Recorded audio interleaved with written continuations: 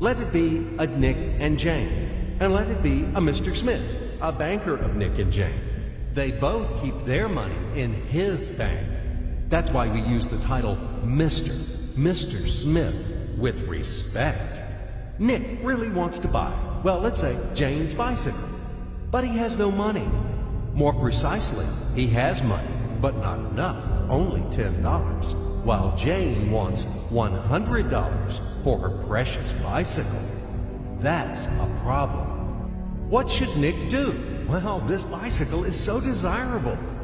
He gives Jane his $10 as a deposit and asks plaintively not to sell the bike to anyone. He says that he will bring the rest of the money soon.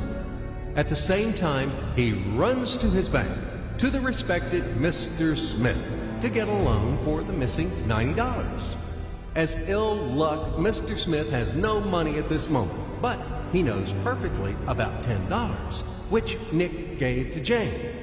And where will Jane bring his money to? That's right. She will put these $10 in her lovely bank to the same Mr. Smith.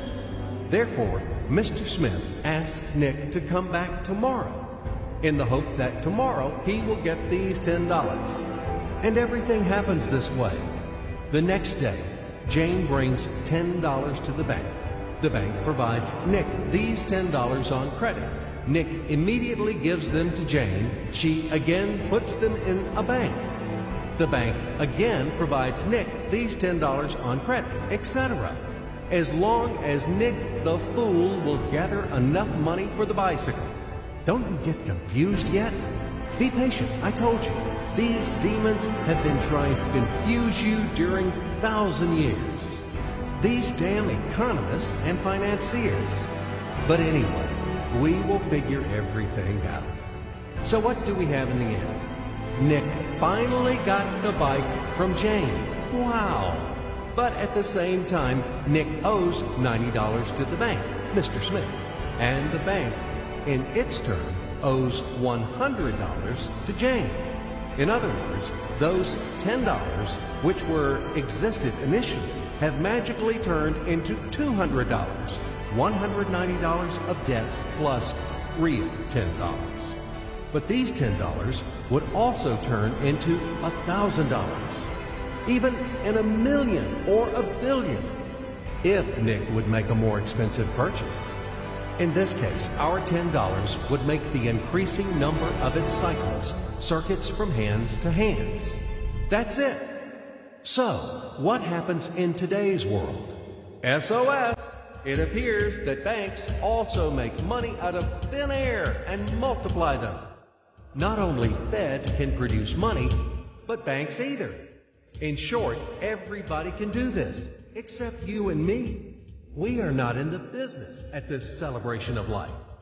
I would like to print or draw some money as well. In fact, these banks multiply money without any control. And we're still wondering why the banker lives better. What are naive fools are we? Now it is clear why.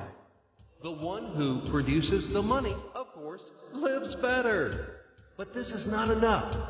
From this moment, poor Nick will never be able to repay his debts owed to the bank, no matter how hard he would work. Silly Nick doesn't know it yet, that he's in slavery to the bank, in credit bondage forever, because those $90 which he owes to Mr. Smith do not exist in nature at all. Sly Mr. Smith made his money out of nothing. He created them out of thin air, just one click.